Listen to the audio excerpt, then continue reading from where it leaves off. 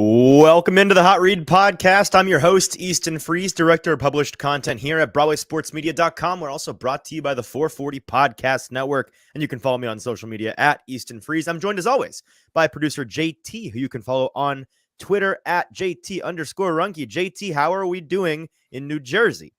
I'm great, and I came back with the facts today. I know what New Jersey is the number one state in. What is that? And that is not in pumping gas, but they are the only state now in America that Where they will pump your not gas? allow.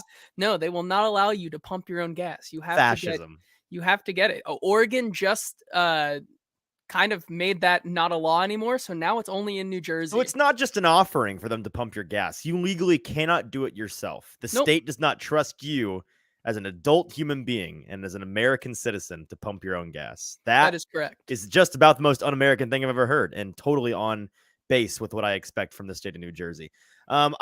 In other random things, I'm just now realizing this shirt wasn't the greatest idea to wear in front of a green screen because there's little green parts of the flower that are the same as anyways, the parts of me are invisible.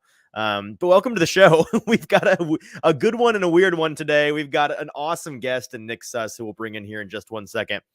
We're going to be talking all things Tennessee Titans and getting a fresh perspective on training camp. Nick and I have been out there for the past couple weeks, pretty much every day, watching, observing, commenting on what we've seen so far. We've got a couple things to discuss, such as the first official, unofficial depth chart that was released in the last 24 hours, which raised a couple of eyebrows, but it didn't seem all that shocking to me. I didn't find any part of it all that surprising, but we'll check in with Nick on that. I want to talk quarterback battle. I want to talk wide receivers, who does and doesn't make this roster, defense versus offense in camp, all of those fun things. We'll get to that with Nick in just a second. But before we do, just a couple of procedural things here at the top. If you are joining us live today, thank you very much. This, of course, is the episode for Wednesday morning, but we record live on Tuesday evenings. And if you're with us, do me a huge favor, hit that like button, retweet, send the link to a friend, whatever you can do to get this live stream in front of as many eyes as possible. I would consider it a big personal favor. So thank you very much.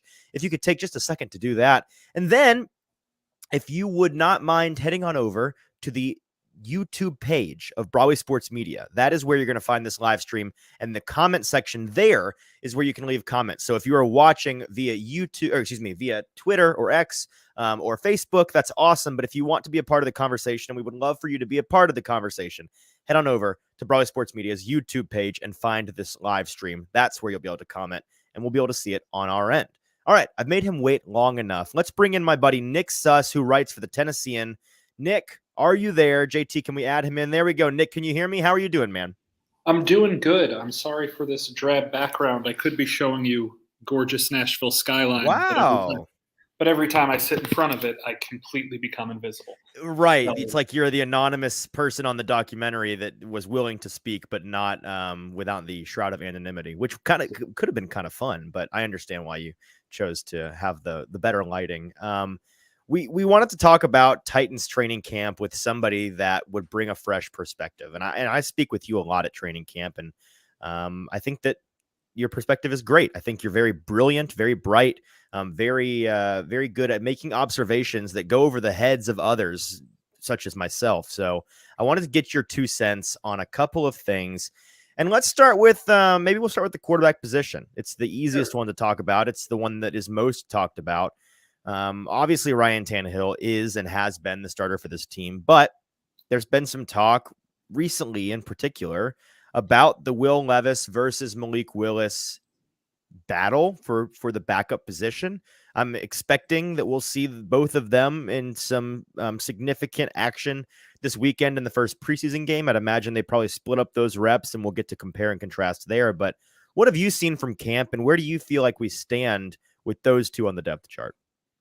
It's really tough to evaluate them both, because my main takeaway has been whoever's working with the second team looks better that day. Yeah. Essentially, it has come down to when Malik Willis is throwing to Reggie Robertson and Racey McMath, if those are your second team receivers, he looks better than he does when he's throwing to Gavin Holmes and Kearis Jackson. And the same is true of Will Levis. It's not the most eloquent observation, but quarterback's easier when you have better players to throw to. And it would probably stand to reason that they would both look pretty good if they were throwing to Treylon Burks and DeAndre Hopkins as well. I just don't know. The separation here, one thing I've really liked is that Tim Kelly, more so than Todd Downing, it seems, has been willing to draw up plays that Malik Willis can do that nobody else can do. Seem like they're just trying to fit him into a Ryan Tannehill-shaped hole in the offense. I think they're trying to let him do his own thing, and I think that's made him look a little bit freer. Not something we saw a ton of last year. No, right. And when we did see it, he was lined up at tight end and running weird. It was strange. Fumbling the ball. It was a bad scene all around. But now we're seeing a few more option plays. We're seeing a few more read plays. Places for Malik to do stuff that he kind of thrived in at Liberty. And with Levis, I think what we're starting to see is a guy who has real good command of a huddle, who looks really good operationally. Yes. Who just needs to learn to finesse the position a little bit better. And I'm not talking about the draft complaint that we've heard for months and months about he throws too hard. I just mean the guy is processing everything properly. I just don't know if his body is doing what he's processing quite yet. And That's not an insult. He's a rookie quarterback who hasn't even played a preseason game yet. There is a speed of the game that you have to adjust to, and he's adjusting to the speed of the game. And I thought he's looked really good in red zone drills. I thought he's looked really good in 2-minute drills. I've always been impressed by what he can do situationally, but I think we still need to see a little bit more from him on 2nd and 10 from the 35 in the second quarter. Just like the day-to-day stuff that makes you a pro. I mean, you guys know this, and your listeners probably know this. I mean, I'm coming from covering the SEC for 10 years before I got this job. I am so accustomed to quarterbacks who look like Will Levis in the SEC, of like they are 10 times better than their teammates and they have to play hero ball. I saw it when I covered Matt Corral at Ole Miss. I've seen it at Georgia. I've seen it at LSU. I've seen it a bunch of places. And like these quarterbacks go from being the dude, being the guy who has to do everything for the offense to work, to being maybe the 6th or 7th most athletic player on the field. Like there is an adjustment process there. And I think that's what Levis is conquering of. He threw a lot of interceptions in college, but some of it was because screw it. What else am I going to do? I have to win the game. Now you have to play within the framework of other guys can win the game just as easily as I can.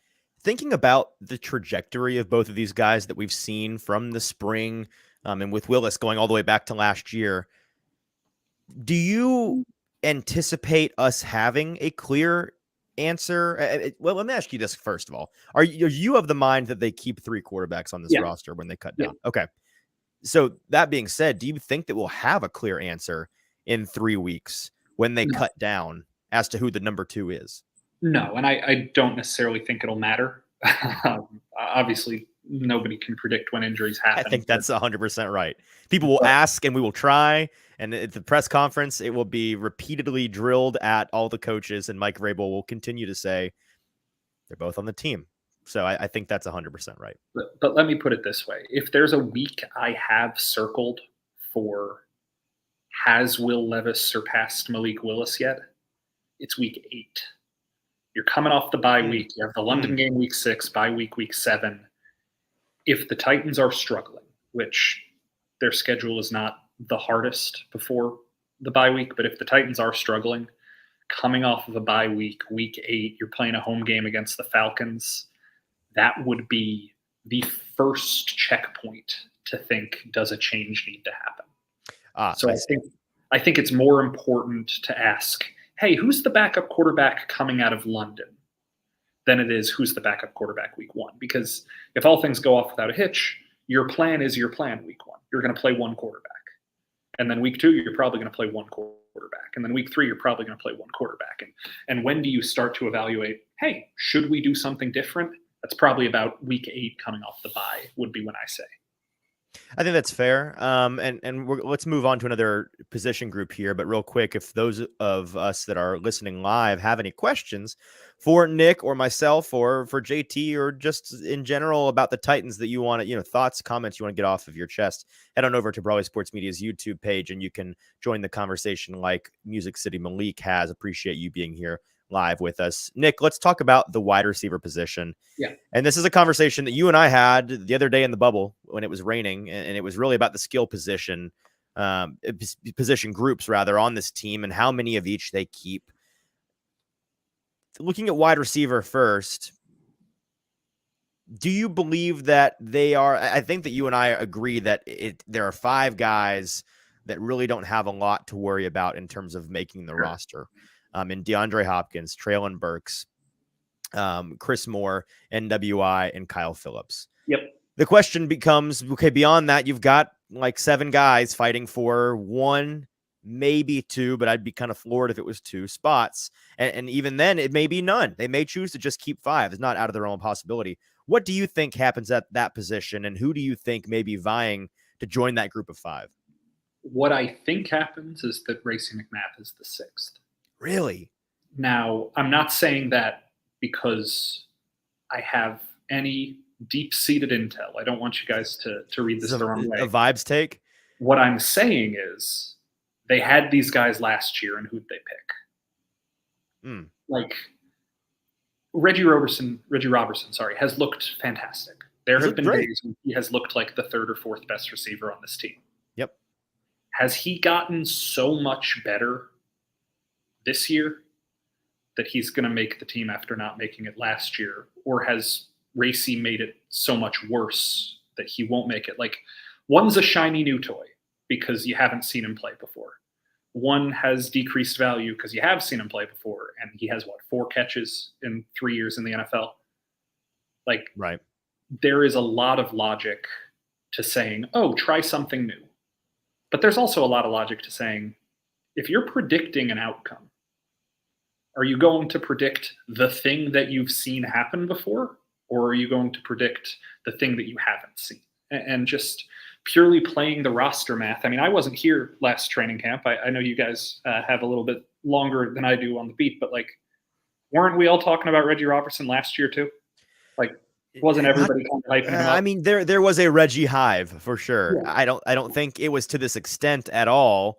And McMath, I mean, Racey had a significantly better training camp last year than this year, for my 2 cents. I mean, Pretty Boy Lipschitz in the comments says that he's looked horrible. And I mean, you and I, horrible is a strong word, but he is one of the receivers that is regularly having procedural issues, constantly having to be corrected, running drills that he in year 3 should have down, dropping balls that are in his hands, running routes in a way that causes coaches to get on to him in practice. Like, it's been rough out there. So are you saying I don't think you're saying that's what you think should happen. That's your prediction, right? That's what you think may happen.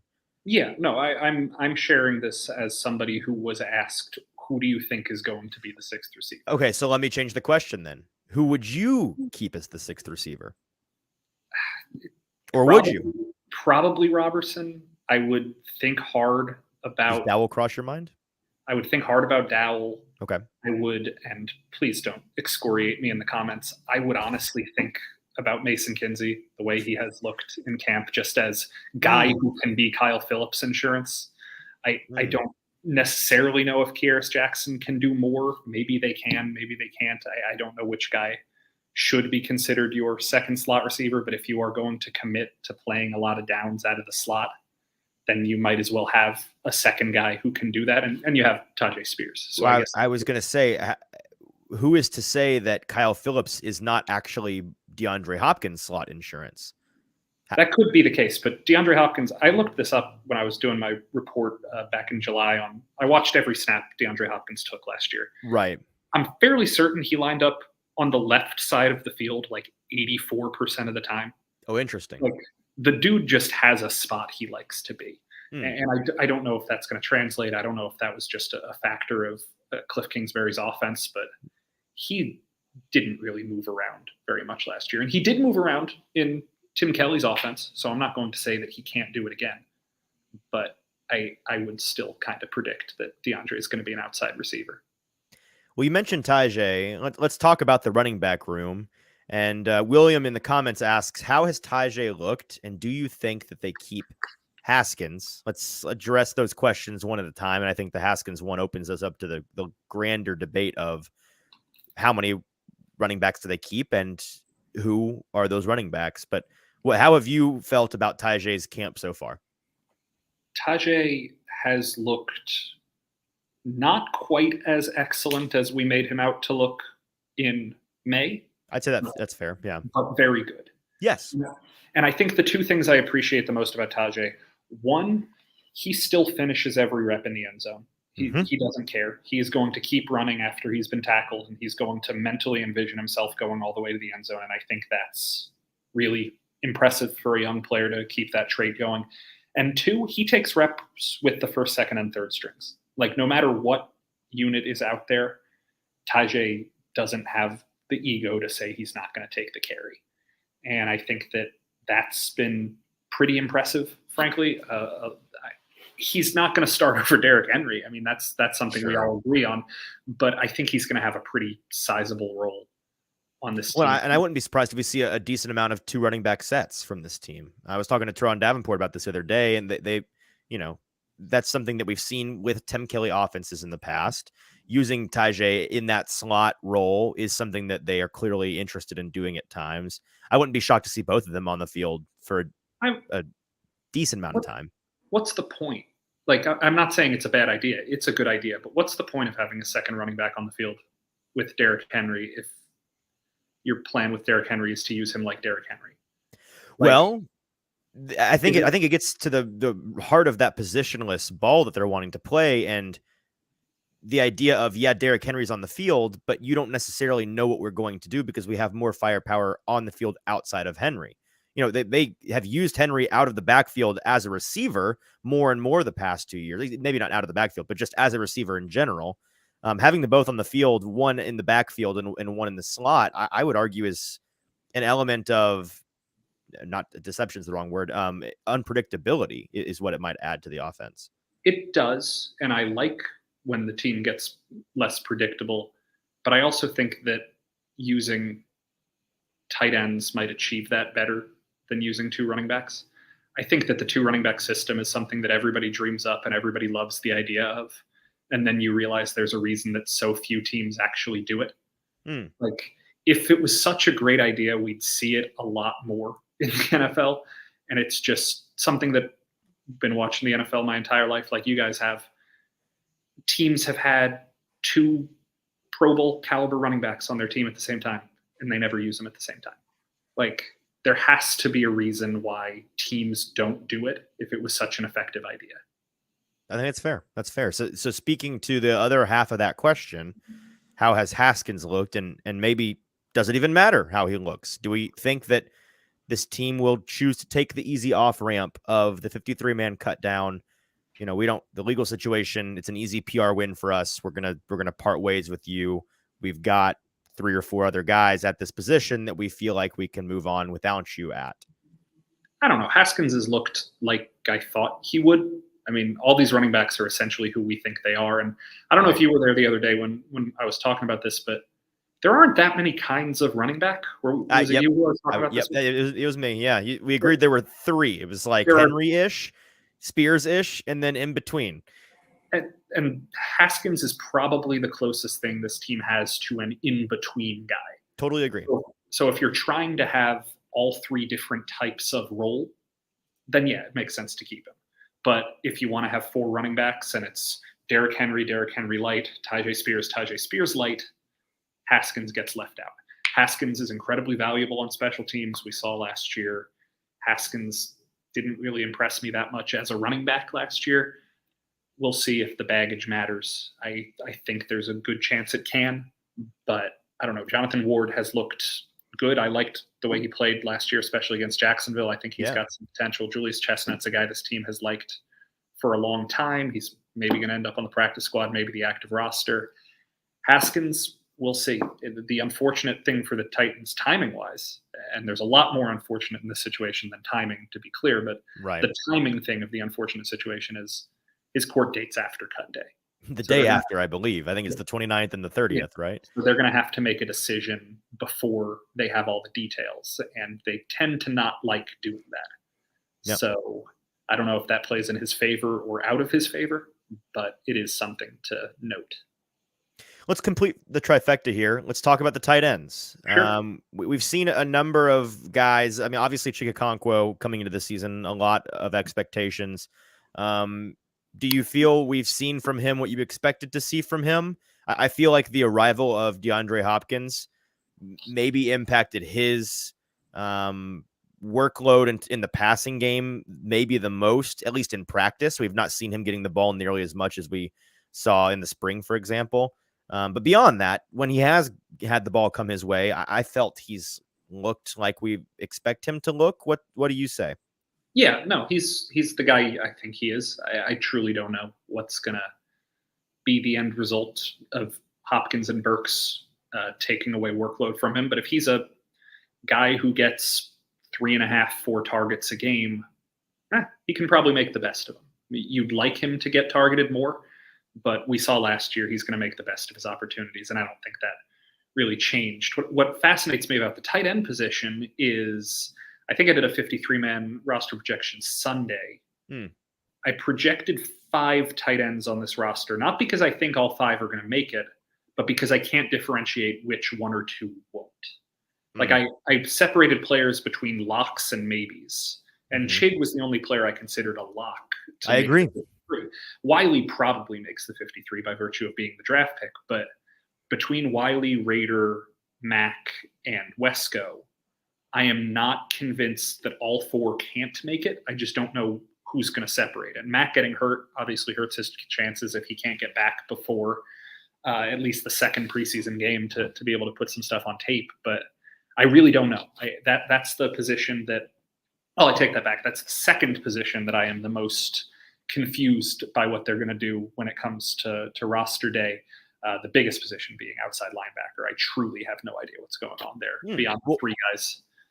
Well, let's move in that direction. Sure. Real quick, I want to address a question from the comments from Jordan here, asking, with Spears looking the way that he is, do you envision another year of Derrick Henry should they choose to extend him after this year? For me, the answer to that question is ask me in 6 months. What say you? And for me, I think the answer is sounds like something you should probably read in the Tennessean the first week of September. Okay. No, okay. Short answer, who knows? Like probably Derrick Henry should get an extension. Derrick Henry's probably going to run for 1,300 plus yards again. He's a very good running back, but is the offense heading in a way that goes away from giving a guy 350 plus touches? We'll see once the offense starts.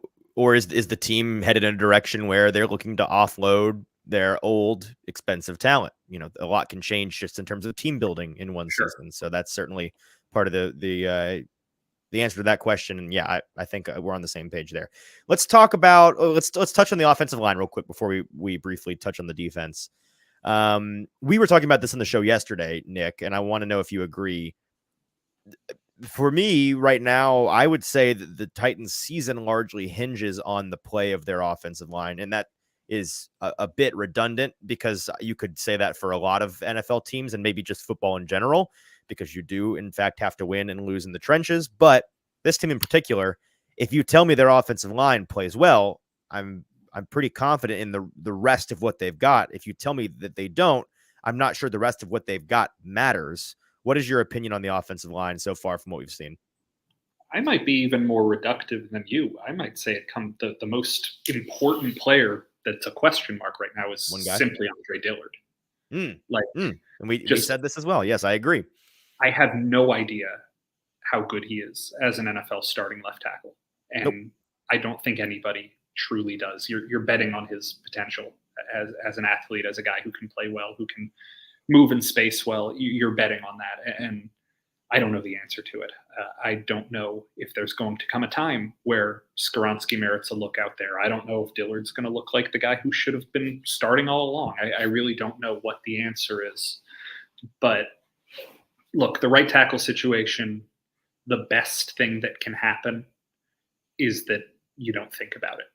Like, the best thing that can happen is Chris Hubbard or Justin Murray or Jalen Duncan, whoever ends up playing there, he starts 6 games and you never say his name. Like, that's the best case scenario. Well, that's also, I think, a fantasy scenario. Like, there's just no way that happens, right?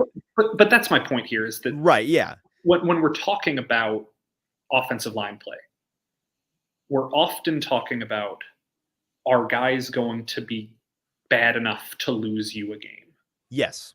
Like, that's the worry. It's less about, can this guy win us a game? Just be serviceable. Be serviceable. Can you do your job to a point that my dad's not drunkenly yelling your name at the television screen? Yeah, right. That has always been the goal of an offensive lineman. That's a good benchmark. The noticed one. So do I think that Chris Hubbard, as an example, will be good enough to not have his name hurled at the screen by every Chuck and Frank in Nashville? I don't know. I would think that he's probably going to be a serviceable pass blocker and maybe a bit of a downgrade as a run blocker. But we'll see. We'll see how good Dillard can be. Is it going to be an upgrade over last year? I still think so. But is it going to be enough to make me say I think the Titans are going to win games because of their offensive line? No, I haven't seen enough to tell me that yet. How confident are you at this moment that Hubbard is the guy we see in September week 1 at the right tackle position? I don't want to say I'm confident about anything because that's just generally not my vibe. Sure. But yeah, I who else? Like, I don't think they've run out of options, right? I feel the same way. I don't think Jalen Duncan's ready. Justin Murray's been here 2 days, and I haven't seen him rep that tackle yet. Did he rep a tackle today? No, I didn't see him. Not outside. No, certainly not with the first team. No, we'll see. We'll see. But right now, I would say Hubbard feels like the guy, and he's a nice guy. He's a good player. Like, he's done his job, and I've been impressed by how quickly he has emerged. You would think that knowing Mike Vrabel, knowing the way this team runs, you tend to go with the guy who has seniority. But he showed up and took the job over in 2 or 3 days. And I know there were extreme extenuating circumstances around that position. Yes. But you do have to be impressed by how quickly he seized hold of it. Let's talk about the defense for a minute or two before we get out of here. A couple different places we can go with this. First of all, the general 10,000-foot view of training camp, the vibe has been, and this is certainly how I feel, and I'd imagine it's how you feel, but I got to check. The defense has been winning most days, in my opinion. Are we on the same page there? I will add one adjective, but yeah. What are we adding to this? The first team defense has been winning. Sure. Most days. I would say yes, because the depth of the defense is bad. I would say the third team offense is notably better than the third team defense, but they're both a disaster. And I would say the second team offense and the second team defense have been roughly even. Yes, I agree. So there's a gradient to it all. But the best 11 versus the best 11, the defense is won. That has the second, not to take anything away from the secondary, they have looked good, and Chris Harris has been loud enough to make it known to everybody within a 10-mile radius how well they have been performing at times in practice. But it's the guys up front that are largely doing the wrecking of plays and ruining things for the offense, and that's how the Titans have been operating for a while now. Is there a guy or two in the Titans linebacker core or on the defensive line that has impressed you or surprised you either positively or negatively so far at camp that you think deems worthy of talking about? Yeah, I mean, it's an established guy, but Danico Autry's looked real good. When he's been out there, like, there are days where it seems like Danico's not taking as many reps, and that just might be a seniority thing. Yes. But, like, Danico Autry has looked 100% himself after kind of playing banged up last year. I think we've talked a lot about Arden Key because of how much Arden Key is willing to talk about Arden Key. But we love that, to be clear. Love talking to Arden Key. He's quite good. Yes. I covered him when he was at LSU, and awesome. You know, I thought he was a top 5 pick after his sophomore year, and then stuff happened. But he's a good football player, and obviously Jeff Simmons is a good football player. Azeez Al-Shaair has looked very good. I am skeptical the Titans are going to have a front 7. I think that front 5 might be the more apt term. I'm with you. We might see the Titans run a lot of dime, but that front 5 looks real good. Jordan Lowry has a question in the comments, and I appreciate him coming to ask us this because he texted me this question right before we got on the show. I was like, hey, how about you ask this in a couple minutes when we're live? And he did. He said, I have a question for you. Do you think that the success the defense is having is them just being really good, or is the offense struggling and vice versa for the offense? Do you see the so I think what he's asking is, from what we've been hearing from camp and what you and I have seen, the defense, the first team defense winning a lot, is that more of a glass half full? The defense is quite good. There's continuity here. They've got star players, or is it a glass half empty situation where, yeah, the defense they're fine, they're good, whatever. This offense is a concern. I'm going to try really hard not to hedge here. Okay. But this is a really easy question to hedge on, so I appreciate that. I think a lot of it is a factor of this defense is running a scheme it's been running for 5 years, made up of mostly players that have been here for most of those years. And the offense is doing a lot of new stuff with a lot of new players. So I don't know if it's a comment on the quality of the offense or the newness of the offense. It can be either. So this isn't a hedge. Could be both. This is me telling you I think the offense is behind, but I am not sure if it's behind because of quality or because of installation. So I was thinking about this today when I was asking Christian Fulton about Sean Murphy-Bunting. And the reason I was thinking about it is Sean Murphy-Bunting is quite possibly the only person who's going to get significant reps in this Titans secondary who has ever played for a team other than the Titans. And that's novel, isn't it? Like, it is. Kevin Byard, only been with the Titans. Amani Hooker, only been with the Titans. Christian Fulton, Roger McCreary, Trey Avery, Elijah Molden. Caleb Farley, baby.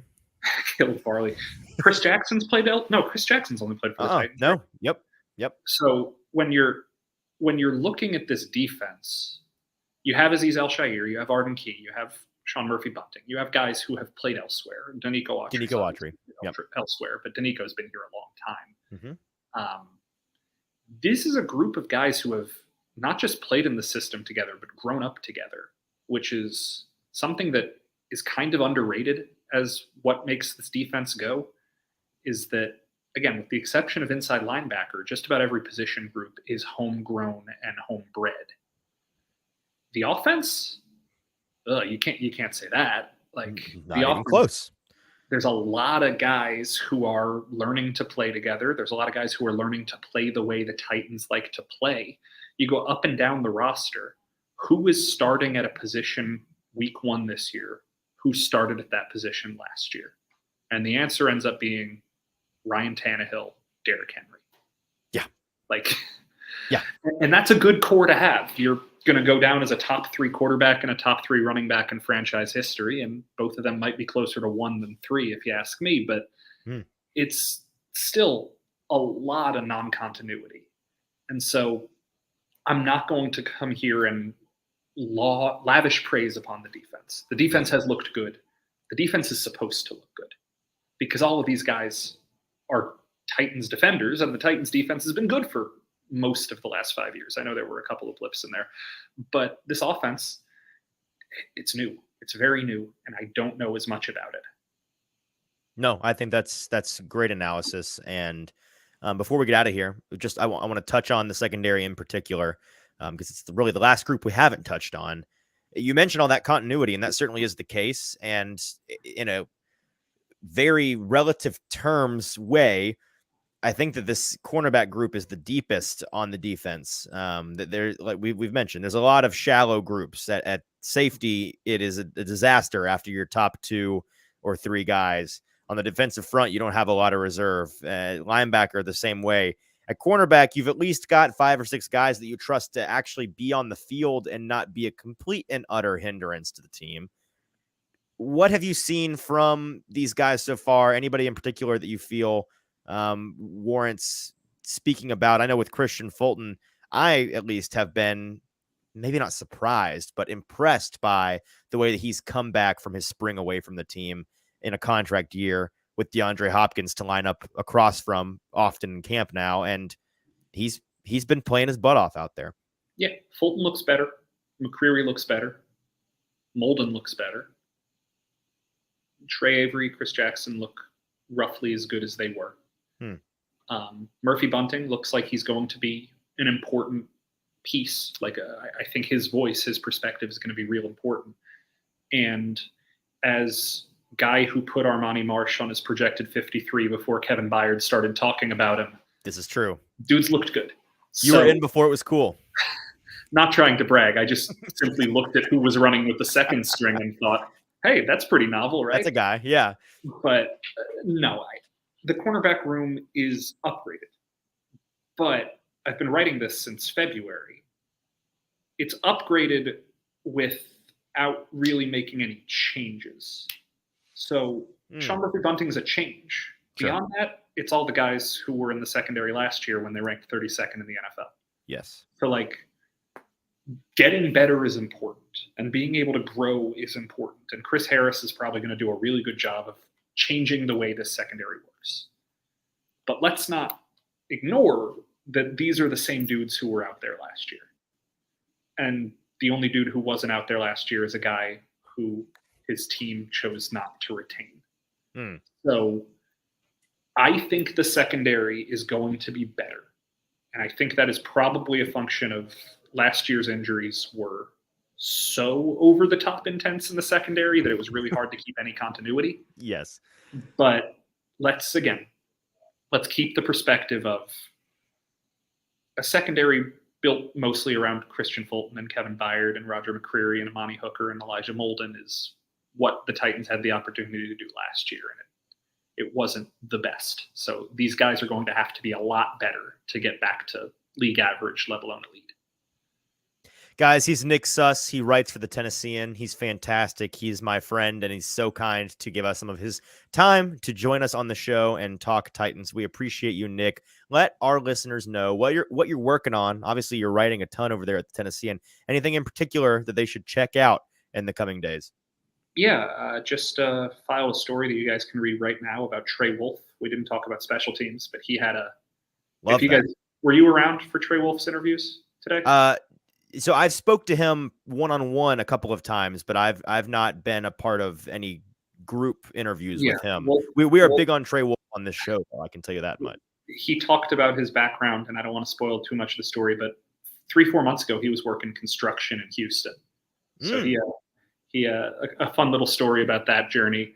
Got a story going up either tomorrow or Thursday, not sure on the timing, about a guy I'm sure Easton has raved about because he and I have talked about him a lot. I've got an Alize Mack feature. Yeah.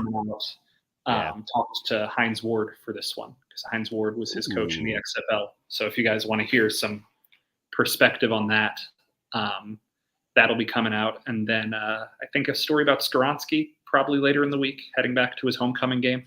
So that should be a fun one. And then obviously I've got news and observations every day out of practice.